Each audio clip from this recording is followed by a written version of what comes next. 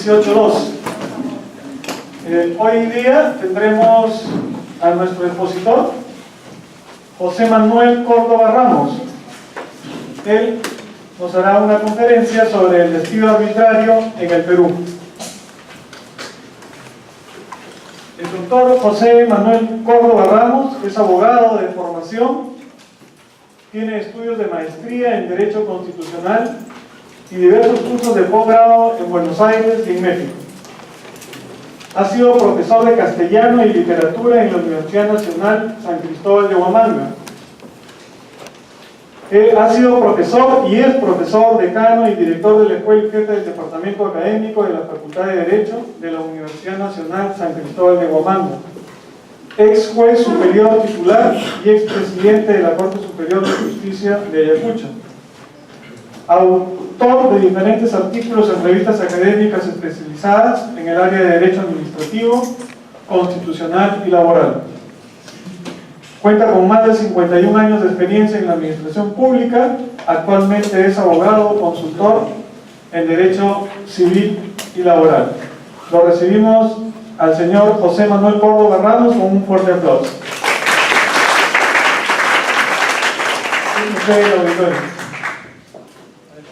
Muchas gracias por la venia de los señores organizadores y la presencia de esta juventud a que yo siempre he apreciado mucho, porque yo también fui joven alguna vez como ustedes, anhelante de saber, adquirir experiencia y escuchar a alguien que tenía un poquito más de experiencia que la mía y algún día volcarlo en mi ejercicio profesional, ponerlo en el eje de mi personalidad, que son, como decía el maestro Jiménez Borja, las capacidades generales que debe tener toda persona, indiferente sea el título profesional, la licenciatura, el carácter técnico o cualquier persona. Siempre debe haber capacidades generales de índole material, de índole intelectual y sobre todo de índole moral. Y un gran maestro sanmarquino, el doctor Domingo García Rada, decía que, por ejemplo, nosotros los magistrados, y creo que todo profesional y toda persona debe de destacar por su honestidad y por su capacidad. Y les cuento una anécdota. Cuando en noviembre del año 2012 en la Universidad Pedro Ortiz Gallo juramentaron muchos fiscales, como mi hija, actualmente fiscal en Piura, y jueces de Chiclayo, de Piura, de todo el norte del país, al finalizar les dijo que les ha entregado su título de magistrados a nombre de la nación por haber ganado el concurso en ese honorable Consejo Nacional de la Magistratura de entonces, y que ellos no se debían a nadie más que a su capacidad. Y curiosamente al final dijo: yo les pido, señores magistrados, honestidad, honestidad y honestidad. Y si saben algo de derecho, a buena hora. La risa fue general, el mensaje fue más claro, porque eso es justamente, es que hay niveles profesionales en la vida de todo país en donde el factor honestidad debe ir por delante. Y eso se lo digo con conocimiento de causa y porque ha sido siempre nuestra manera de ser, salir adelante siempre con la bandera de la honestidad, sin descuidar la capacidad y la vocación de servicio, etc. Nos vamos a ocupar, señores, de un tema que tarde o temprano les va a preocupar a ustedes cuando tengan que ejercer función privada o función pública. El problema de la estabilidad laboral es un derecho fundamental que protege la Constitución en el artículo 27. En el caso de los servidores públicos, el primer antecedente lo tenemos en la época del general Manuel Odría Amoretti.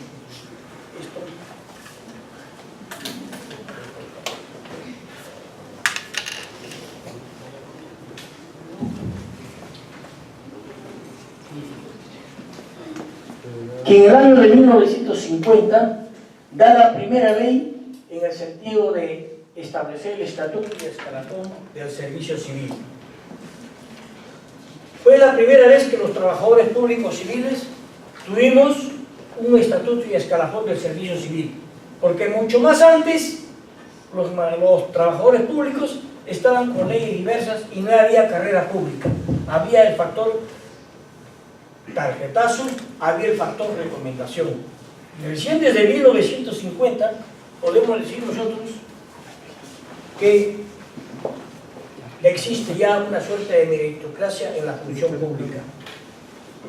El 24 de marzo de 1984 se sentó la ley de bases de la carrera pública, el decreto legislativo 276. Una ley que ahorita está vigente, pero que muy pocas instituciones tienen trabajadores de la 276. Usted debe tener sus padres, algunos parientes que hablan de la ley 276. Esa ley está quedando ya en la historia, porque digamos de todo el universo de los servidores públicos, ni un 5% pertenece, pero existe esa ley. Mediante el Decreto Supremo 07 del 13 de enero del año 2010, se aprobó el texto único ordenado de la normatividad del servicio civil. Esta normatividad se hizo porque hay un montón de normas que tratan sobre los derechos y obligaciones, funciones y atribuciones de los servidores públicos. Sin embargo, hasta el día de hoy, esta ley se ha aplicado relativamente. En el país, gobierno que entra, disposiciones que dan. A veces hay gobiernos que tienen una persecución tributaria, otras veces hay gobiernos que tienen una amnistía tributaria. Ustedes seguramente ya van a entender esta situación.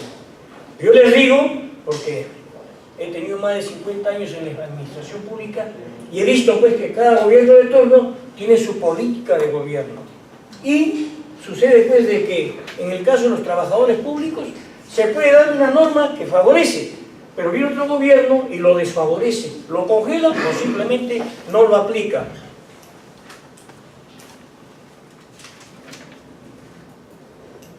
Ahora bien, ustedes han oído hablar del famoso CAS. Se dio el decreto legislativo 1057 del 28 de junio del 2008, el sistema CAS, contratación administrativa de servicios. Como veremos más adelante, para mí particularmente es un oprobioso, ignominioso, injusto tratamiento de los servidores públicos con el sistema CAS. Ojalá desaparezca y cuando ustedes ejercen la función pública ya no exista, y más bien exista lo que se ha dado el 4 de julio de 2013, la ley 30.057 o ley del servicio civil, reglamentado por el Decreto Supremo 040 el 3 de julio del 2014. Esta sí, en nuestro concepto, ha acogido las experiencias, la doctrina, el sentir de los sindicatos de trabajadores públicos, apuntando a una palabrita que a todos nos gusta: estabilidad en el trabajo. Nadie quiere trabajar sabiendo que mañana o pasado mañana viene otro funcionario público, viene otro gobierno y lo ponen a uno en la calle. Porque la Constitución dice que las remuneraciones de todos los servidores públicos, de todos los servidores del sector privado, tienen carácter alimentario. Y si tiene carácter alimentario, se supone que con el caudal de sus remuneraciones, el trabajador público o privado mantiene a su familia. Y si no tiene la remuneración porque lo sacaron del trabajo, ¿con qué va a mantener a su familia? Entonces vienen los problemas que gravitan al interior ¿de qué? De los hogares. Porque si el jefe de familia o quienes están encargados de la manutención de su núcleo familiar, al ser despedidos, se ve una situación terrible. Esta ley, por lo menos en el caso de los servidores públicos, la 30.057, está recién en inicios, recién en pañales, y está a cargo de Servir, que es un organismo público del sector del trabajo y promoción del empleo, pero en plan de instrumentalización. Han pasado ya 10 años de que se dio la ley, en el 2013 han pasado más de 5 años y hasta la fecha esta ley no se aplica a los servidores públicos, ni siquiera a los trabajadores de Servir. Las razones que se alegan son de carácter presupuestario y que debe ser por etapas, etcétera, etcétera. Consideramos pues que el Estado peruano y el gobierno de turno alegan, pretextan y dicen: no señor, no aplicamos esta ley todavía porque no hay el suficiente presupuesto. Esa es la verdad, esa es la verdad. Y ese problema lo tienen también, por ejemplo, los amigos castrenses de las Fuerzas Armadas y las Fuerzas Policiales, quienes ahora se encuentran en una disyuntiva, porque hay dos regímenes de pensiones, y que dice el artículo 2 de la Constitución, no puede haber desigualdad en la aplicación de la ley. La Convención 100 de la OIT ha hecho que no puede haber discriminación en materia de remuneraciones y pensiones entre los trabajadores, incluso privados, partiéndose del viejo aforismo que igual trabajo, igual remuneración.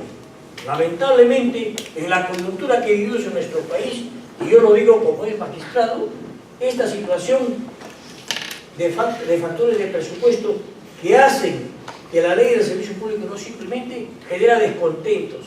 Por eso las marchas, por eso la suspensión de clases o huelga del SUTE, porque todos aspiran a un mejor tratamiento económico.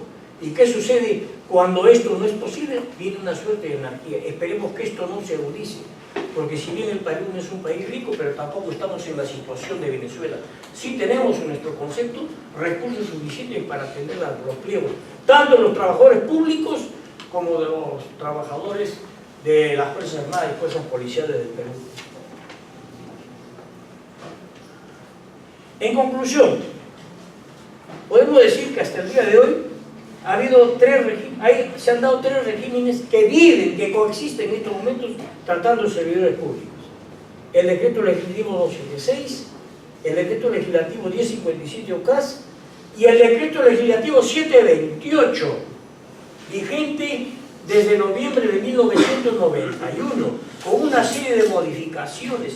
Este decreto legislativo 728 es el que comprende al universo de trabajadores del Perú, tanto del sector público, gran parte de ellos, como del sector privado, los civiles. Entonces, este decreto legislativo 728, de alguna manera yo le recomiendo como viejo maestro universitario, en sus momentos de ocio, a veces hasta tomándose un cafecito, una gaseosa o una agua mineral, es bueno entre los jóvenes comentar un mini debate, una conversación.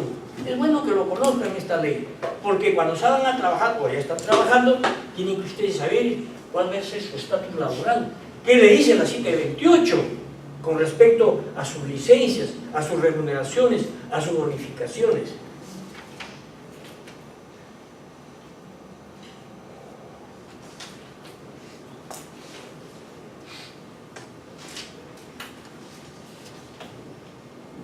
Ahora bien, también se ha dado el decreto supremo 07-2010, que ha unificado el decreto ley legislativo 276 y otros para hacer un texto único, uniforme, de los trabajadores públicos. Pero sucede que, por ejemplo, los servidores de la 276, poco a poco se van extinguiendo. Si muere un trabajador de la 276, el que lo reemplaza ya no va a estar en la 276, o va a estar en el sistema de CAS o en la 728. Pero a la autoridad pública le conviene el sistema de contratación administrativa de servicios, como vamos a ver más adelante. En el sistema CAS, nosotros lo decimos y de frente, porque es una universidad y esta es una agora, una necrópolis griega, una acrópolis donde se vienen a debatir las ideas, entiendo, con bastante liberalidad y dentro de un régimen y una atmósfera de tolerancia. Le digo con mi experiencia este régimen CAS, ustedes han escuchado el régimen CAS, han escuchado a sus parientes, hermanos mayores que trabajan para el Estado por el sistema CAS. Yo le llamo oprobioso porque en el sistema CAS nada de estabilidad exige. Si yo soy alcalde y tengo mis trabajadores en el sistema CAS, simple y llanamente, si me gusta su cara o no me gusta, yo le prorrogo, le renuevo o no el contrato. Y el trabajador que despedir no tiene a dónde quejarse porque no hay protección en este aspecto. Y este régimen, obviamente, que le conviene al Estado, porque en cualquier momento el funcionario puede prescindir de un trabajador que no responde a sus expectativas.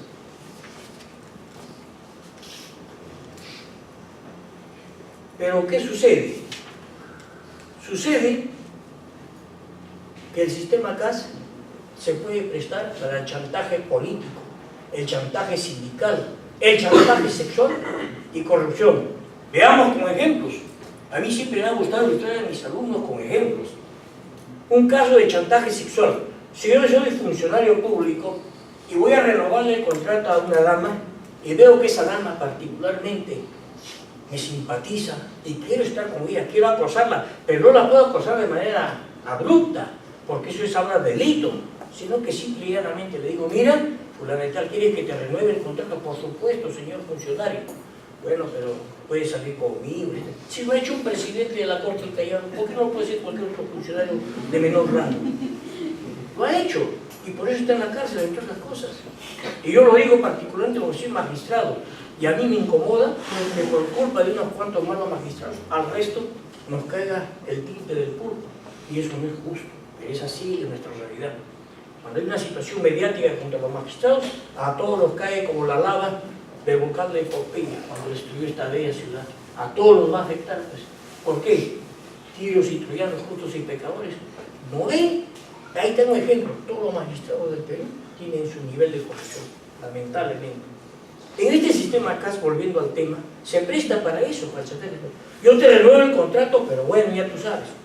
Y puede ser una chica que es hija única, mantiene a sus padres, o no tiene dónde trabajar, y va a tener que someterse, desgraciadamente, a esta situación. Chantaje sindical. Oye, mira, fulano y tal, el 31 de diciembre tú estás con CAS, sí, doctor, el 31 de diciembre vence tu contrato. Tú estás que me mueves el piso con reclamos, que las extras, que las horas extras no se compensan, se pagan, me estás moviendo el piso. Tú me sigues fastidiando, aunque sea grave, yo te saco. Entonces el dirigente sindical tiene dos caminos: o se allana a los requerimientos del funcionario, o simplemente vóteme pues y lo saca. También situaciones personales. Ah, tú fulano de tal, has estado fastidiando a mi esposa. Muy bien, te saco y no pasa nada, y quejas de y lo saca. Y lo más grave, corrupción. Y eso lo digo yo porque he juzgado a malos funcionarios públicos, generalmente alcaldes, que tienen trabajadores bajo el sistema CAS, y le dicen, te quiero que te renueve el Congreso, el contrato. Ya, tú ganas mensualmente 5.000, 6.000 soles, me vas a pagar 1.000 soles mensuales. ¿Aceptas o no? No, señor, no. ¿Aceptas o no? ¿Y qué hace? Por la necesidad va a aceptar y mensualmente va a tener que pagarle un cupo. Entonces, este sistema CAS, que está desgraciadamente vigente desde junio del año 2008, es algo que no responde a un Estado constitucional de derecho, a una sociedad que se precia de tener, digamos, respeto por los valores éticos. Por eso a mí me causa cierta sorna cuando en el Congreso, cuando se habla del tema de los servidores públicos, solo se hacen declaraciones meramente declarativas, que el sistema CAS debe desaparecer, que el sistema... Pero cuidado, hay sindicatos como la Central Única de Trabajadores, el famoso pool del Seguro Social, que ha conseguido que desaparezca el CAS en el seguro para los trabajadores con más de 3 años de servicio que ingresaron por concurso. ¿Y ven? Se van imponiendo. Igualito en el Poder Judicial. Hace poco se ha dado una ley que crea la carrera judicial y salen de servir, etcétera, y ya no va a haber CAS para ellos. Y me parece muy bien. Pero ¿por qué esperar huelgas? ¿Por qué amotinamientos? Conmoción social para que recién el Estado peruano tenga que reaccionar. Debe de adelantarse, debe de prevenir esto, porque todas estas situaciones afectan a la recta administración de justicia cuando se paralizan, por ejemplo, las empresas públicas. Por ejemplo, se paraliza el servicio de ferrocarriles, se paraliza el servicio de transportes, se paraliza el servicio de salud, cuando muy bien puede superarse implementando ya la ley única de la carrera pública.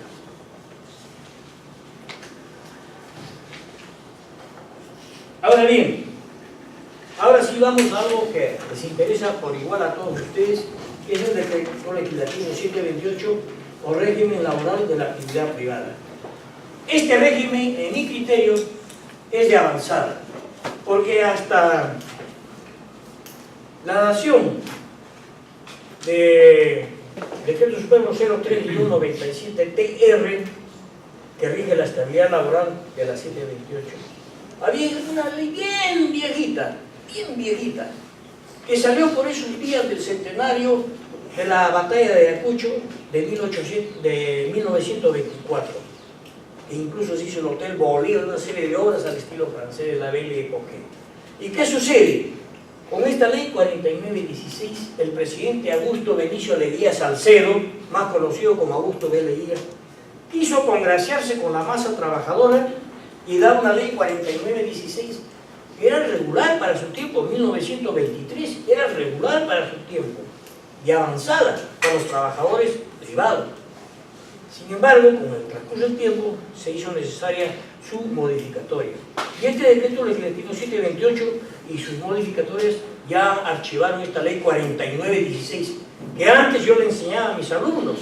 Ahora los profesores de Derecho Laboral enseñan con la 728.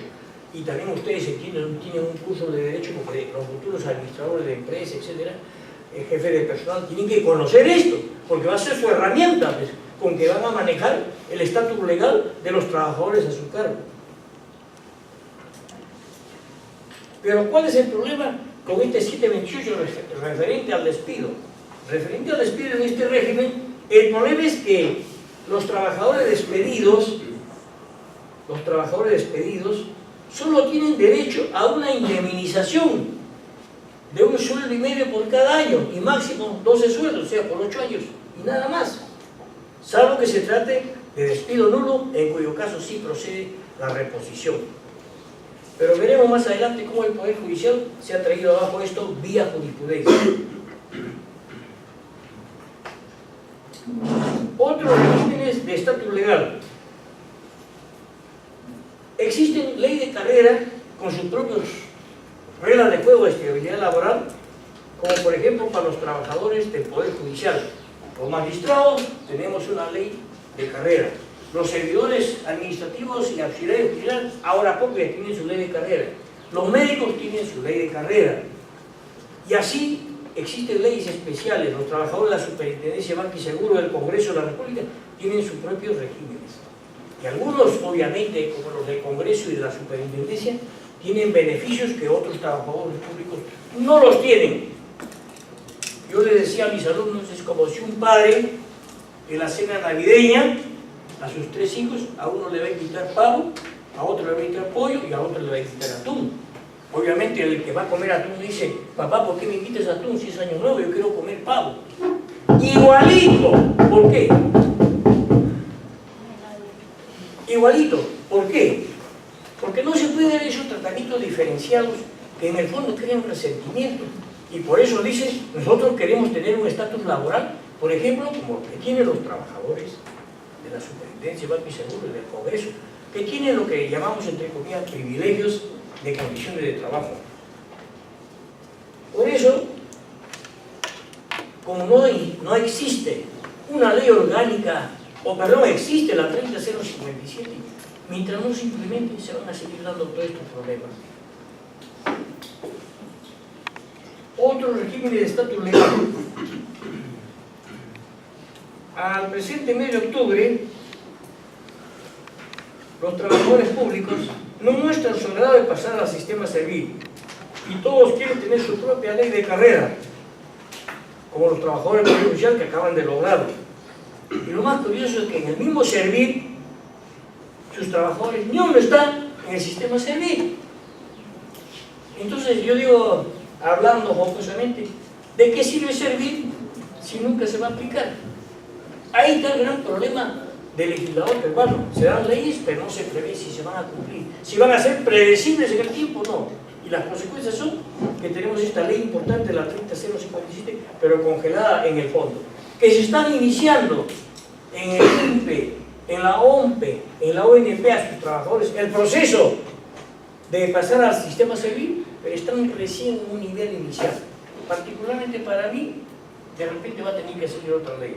Esperemos que sea por lo menos antes del bicentenario. Ahora se aclara que los servidores públicos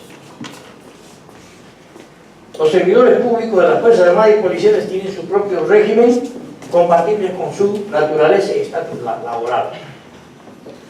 De eso no me ocupo porque no es materia de mi disertación, aunque sí lo he hecho entre jefes y oficiales, por ejemplo, del CAI, cuando vinieron a Ayacucho, porque los del CAI, que son del Centro Alto de Estudios Estratégicos, etc., fue fundado por el general Marín en el año 44 en la Escuela Militar Chorrillos. Me parece a mí que cae, y ojalá pasen ustedes por ahí, porque ahí se aprende realmente lo que es la soberanía nacional, la defensa del territorio nacional, la defensa de nuestras riquezas, de nuestro patrimonio, que es grande, muy grande. Bueno, ellos, los trabajadores de las Fuerzas Armadas y policiales, tienen su propio estatus, pero como repito, también ellos hay problemas, por ejemplo, en el tema de las pensiones.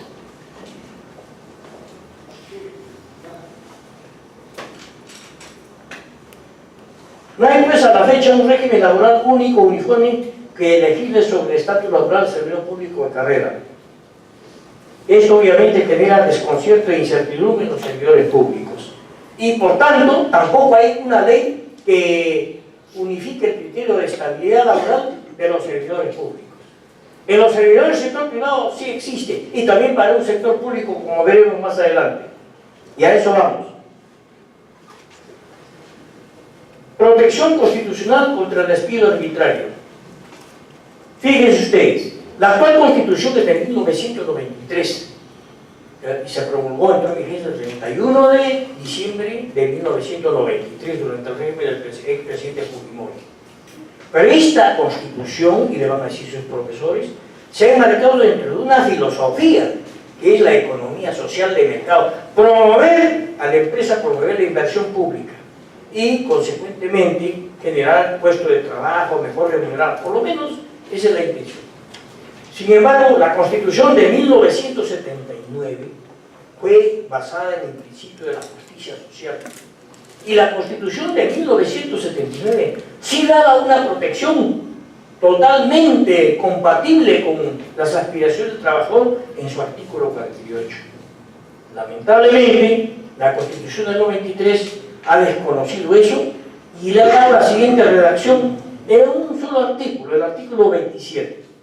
Dice, la ley otorga al trabajador adecuada protección contra el despido arbitrario. La Constitución de 1979 decía, la ley otorga protección en la estabilidad laboral del trabajador, quien solamente podrá ser cesado por causa justa. Esto no. La ley otorga al trabajador adecuada protección contra el despido arbitrario. O sea, la ley no protege la estabilidad laboral. Lo que la Constitución protege es el despido. No previene el tratamiento de la enfermedad, previene cuando ya la enfermedad se produce. Es diferente.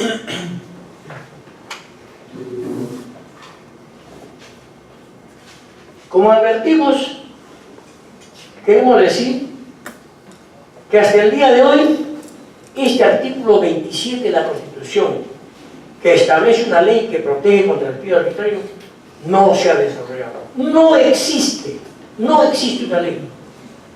Y la verdad es que no se han puesto de acuerdo el Estado, la CONFIEP y la CGTP. En el Acuerdo Nacional del Trabajo se tratan muchas cosas, entre ellos el sueldo mínimo vital, que últimamente fue incrementado a 930 soles. Eso sí se concertó, pero no se ponen de acuerdo para la estabilidad laboral. Obviamente que al empresariado no le conviene una ley de estabilidad laboral absoluta, ni relativa siquiera. Y los trabajadores exigen eso, la CGTP. El Estado está de árbitro en medio, a ver cómo es la cosa. Entonces no se ponen de acuerdo, por tanto no sale una ley que instrumente la protección del trabajador contra el despido arbitrario. Ha pasado ya casi un cuarto de siglo y esa ley sigue sin instrumentar. Eso se llama ley de desarrollo, que instrumente.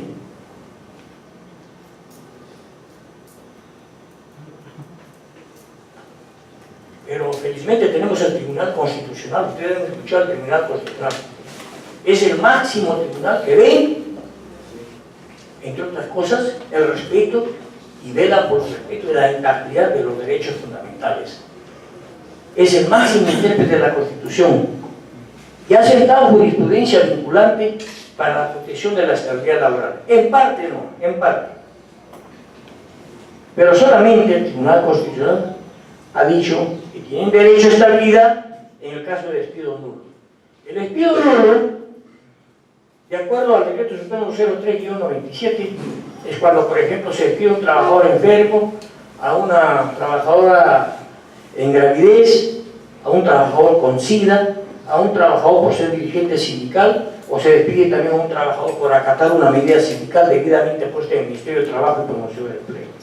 Es el único caso en que el Tribunal Constitucional dice sí procede que lo reponga al trabajador.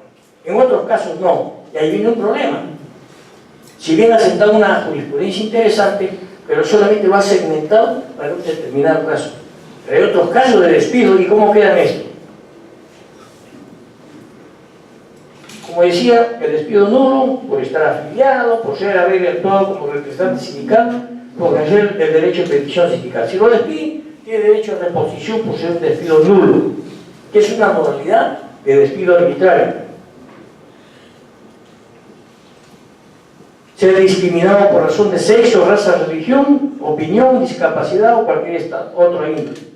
Por el embarazo en cualquier estado de gestación dentro de los 90 días posteriores al parto. En estos casos procede la reposición por ser de un despido nulo. Pero vienen otras modalidades.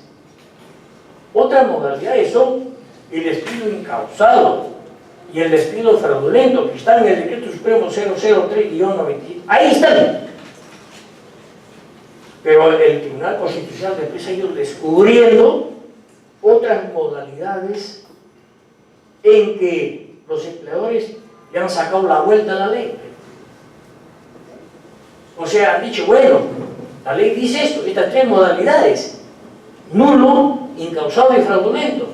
Entonces yo lo saco bajo otra modalidad. Como no está escrito en la ley, no me va a pasar nada. Pero no es así.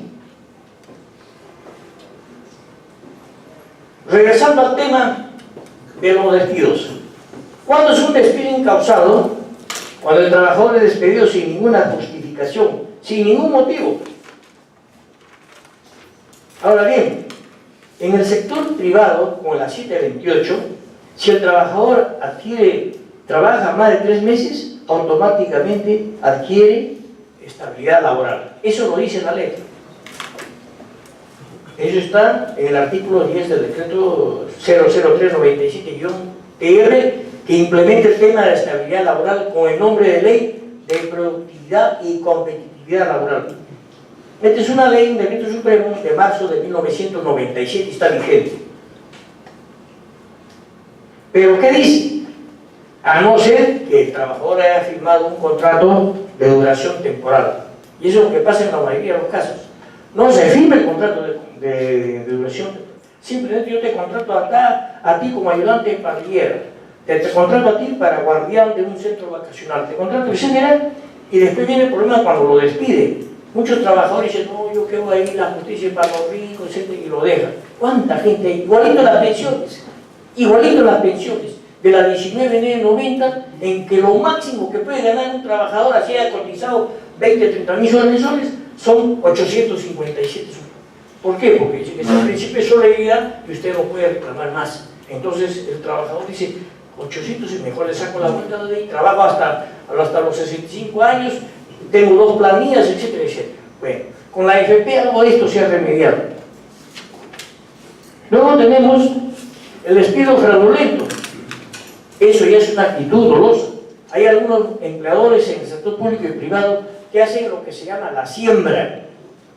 Entonces le ponen en el escritorio del trabajador un tronchito de marihuana y llaman a la policía, mire, en el escritorio dice el trabajador, busque usted. El pobre trabajador desconoce y le han puesto la siembra, entre comillas, y le han puesto un tronchito esto de marihuana. Este es un adicto, este se certifica. Y el otro dice, señor, yo nunca he puesto esto. No, siéntame la que después te bota, incluso te detiene. El despido fraudulento tiene que ver ya con la maldad, con el dolo, con la mala fe de algunos empleadores, incluidos funcionarios públicos. Y también se ve esto en trabajadores de la banca, seguros, también se ve estos casos. Pero ¿qué sucede? En el caso del despido incausado y fraudulento, si a usted lo despiden, dice la ley, solamente tiene derecho a una indemnización si gana el juicio. Y si no, mala suerte, no hay reposición. Pero veremos más adelante que sí hay. Hemos encontrado la solución en las ejecutorias de la Corte Suprema de Justicia a la que me vamos a haber pertenecido. Existe también el despido desproporcionado.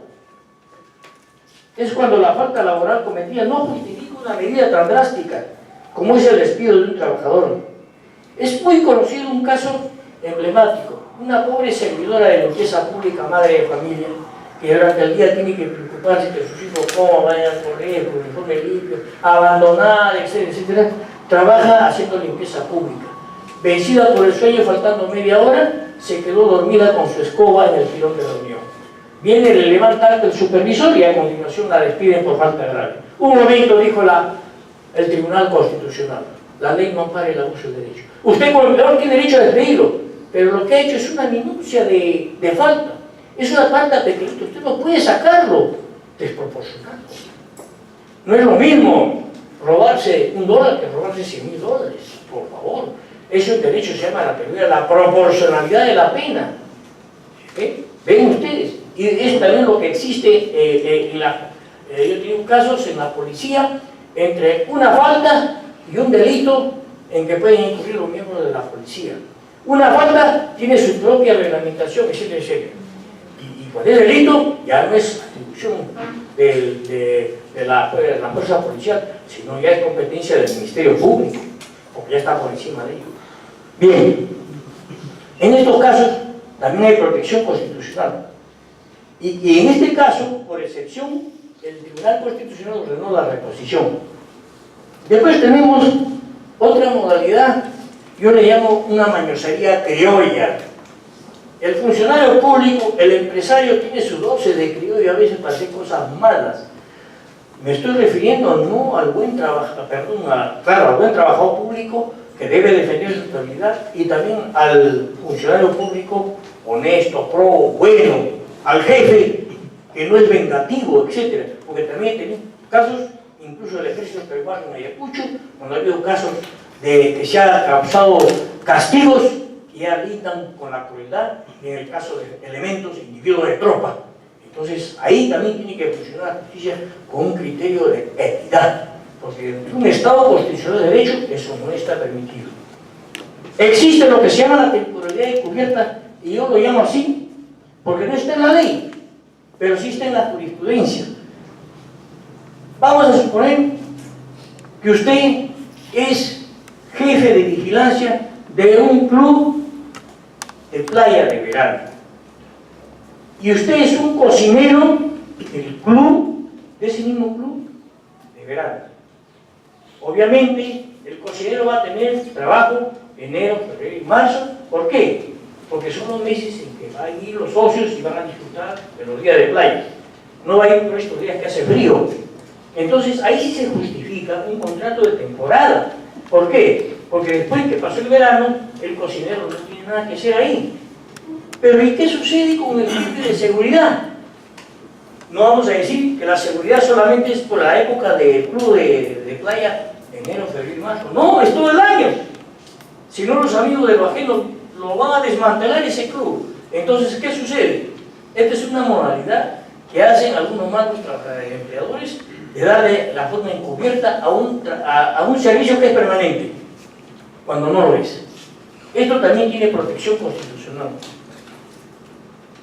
Hay otro, ya producto de nuestra experiencia, que hemos encontrado otro despido por la fraude contractual. Hemos tenido, por ejemplo, aquí en este caso, hay una simulación patronal nociva.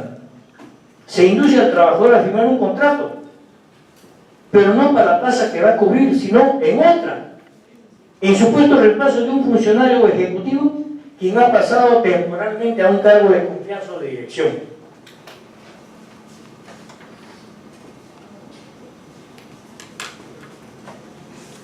Es el caso, por ejemplo, de un periodista a quien se da sin firmar un contrato para trabajo de reemplazar, entre comillas, a un contador público que desempeñaba un cargo temporal de alta dirección por un tiempo.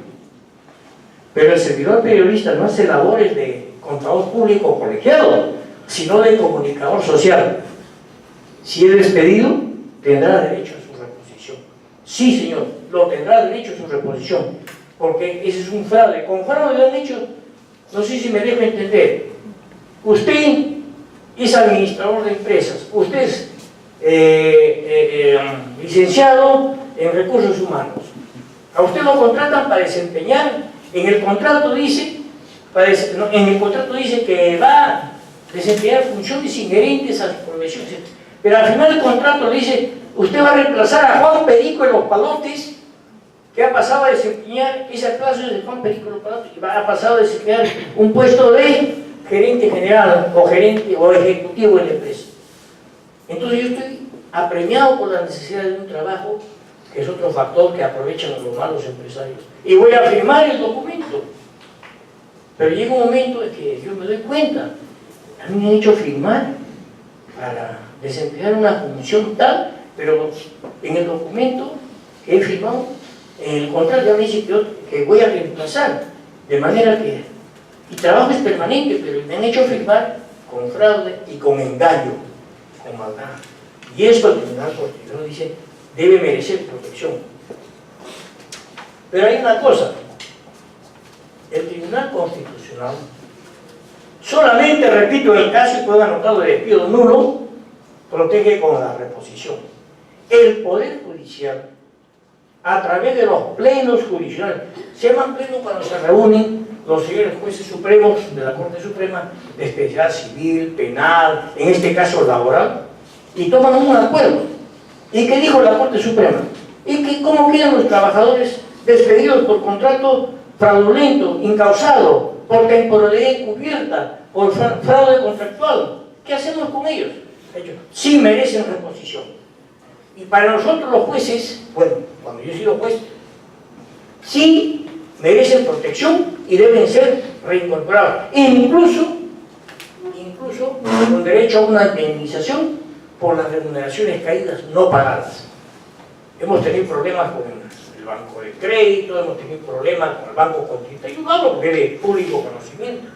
Y felizmente las sentencias que dábamos en la Corte de Ayacucho las confirmaba en Lima cuando venían en casación por la Corte Suprema, la Sala Constitucional y Social que ve estos temas laborales. Y no se imaginan ustedes la satisfacción no solo del trabajador, sino de la familia que ellos dependen cuando se entrega su reposición. Y cuando el mandato judicial, usted lo responde, señor, porque este es un caso injusto, es un caso ilegal, contraviene la Constitución, porque siempre los empleadores dicen, doctores, ustedes se están excediendo. No, señor, la Corte Suprema en sus plenos o acuerdos casatorios ha dicho que sí tienen protección estos trabajadores que no han incluso solo en causas de nulidad, sino fraudulentos, incausados, en temporalidad encubierta, desproporcionada. Entonces sí tienen protección e incluso tienen derecho a una indemnización, ya que no tienen derecho a sueldos caídos, pero bien indemnización para daños y perjuicios. ¿Cuánto has perdido en los 3 años? He perdido 200.000, que se le pague eso a sus intereses laborales. Eso es lo que dice la ley. Eso se llama justicia. Y eso es lo que hacemos nosotros, los magistrados, cuando administramos justicia laboral. Y porque somos testigos, ¿no saben ustedes qué terrible es, por ejemplo, que a un general o a un coronel le dan de baja? Porque también ellos hay cuestiones de intriga y lo hemos tenido en Ayacucho. Y hemos ordenado su reposición vía acción de amparo. Porque hay un principio de derecho, el artículo 103 de la Constitución, cuya parte final dice, la ley no ampara el abuso del derecho. Si bien sus consejos disciplinarios, sus tribunales disciplinarios tienen facultades, pero ellos están en el campo administrativo, que es cuasi jurisdiccional. Lo jurisdiccional son las sentencias del Poder Judicial. Y vía mandato judicial firme, hemos ordenado reposiciones de coroneles, comandantes, también lo contrario, se da de baja cuando hay incurrido en falta grave. Eso creo que sirve, ¿qué le digo a ustedes que son jóvenes? Una situación que justifica la presencia del Estado de Derecho, la administración de justicia, pero con arreglo a la Constitución y a las leyes. Como decía el maestro, el gran maestro Domingo García Rada, padre de Vitocho García de la UNE, decía el doctor García Rada, que una vez le atentaron contra su vida cuando era presidente de elecciones en 1985, que los magistrados solamente se deben a la Constitución y la ley y su conciencia. Los medios le pueden decir que usted, señor, ha liberado a un criminal, usted, señor, ha dictado una ley, una sentencia pro patronal, pro empresarial, dice, pero usted revisa bien está bien hecho, yo defiendo, porque eso está de acuerdo a la ley, eso está de acuerdo a la Constitución, de acuerdo a los tratados que ha firmado el Perú. Y creemos que cuando esto existe, sí podemos estar hablando de un Estado constitucional de derecho. Que todos, comenzando por ustedes, mis queridos estudiantes, tienen que tener presente que en un Estado constitucional de derecho, los derechos no se mendigan, los derechos se exigen, a diferente nivel.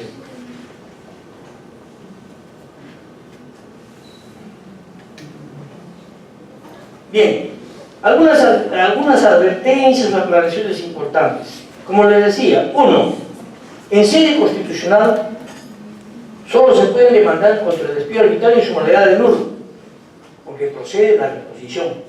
En las otras modalidades, incausado, fraudulento, temporalidad encubierta, fraude contractual, etc., debe recurrirse al Poder Judicial. Porque si usted recurre al Tribunal Constitucional, va a decir, no, eso no tiene protección, para ellos no. Entonces, pero dicen, vaya al juzgado laboral, para que ahí se discuta con mayores elementos. Pero si es nulo, si despiden a una trabajadora embarazada, ni hablar, el tribunal ordena.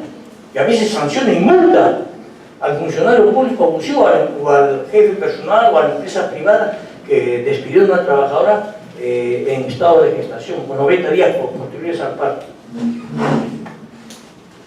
En segundo lugar, los trabajadores públicos sujetos al decreto relativo 728, que es el régimen de la actividad privada, y donde hay buen número también de empleados públicos, en la 728, solo tienen protección contra el despido arbitrario en todas sus unidades, siempre que hayan ingresado por concurso público y a plaza particular. Hay alguna aclaración importante, el caso Huatuco. Fíjense, hay muchos servidores públicos que han ingresado, como se dice vulgarmente, por la ventana, por el favor político, por cualquier situación, pero irregularmente. Pero hay otros trabajadores públicos de la 728 que han ingresado por concurso. De la 728 no ha ingresado por concurso. Pero ¿qué sucede? Son despedidos. En ese caso dice el Tribunal Constitucional, un momento, ellos no pueden ser despedidos. ¿Por qué? Porque han ingresado por concurso en una plaza. En ese caso ya de frente le da la estabilidad al Tribunal Constitucional. Eso deben saberlo muy bien los abogados, porque a veces se equivocan. Está bien la intención, pero el camino es diferente. Una cosa es viajar por tren y otra viajar por avión. A veces es más seguro ir por tren, pero otras veces por avión, por razones etcétera. Igual eso en el derecho. El abogado tiene que tener mucho cuidado al plantear su demanda. Si se equivoca de camino, está en la mitad del camino. Dios mío, metí la pata, ¿qué hago? Ahora, ¿qué hago? El doctor Córdoba me dijo, ya fuiste. Claro, pero hay solución. Me desisto, pues. Este no era mi camino, me equivoqué, pues. Me desisto y me voy al camino correcto y inicio tracción. Siempre y cuando que me haya prescrito, que es otro problema. En conclusión, les agradezco infinitamente por haberles robado su valioso tiempo, pero espero que este mensaje, este viejo maestro universitario y viejo magistrado, ojalá que de algo les haya servido. Muchas gracias.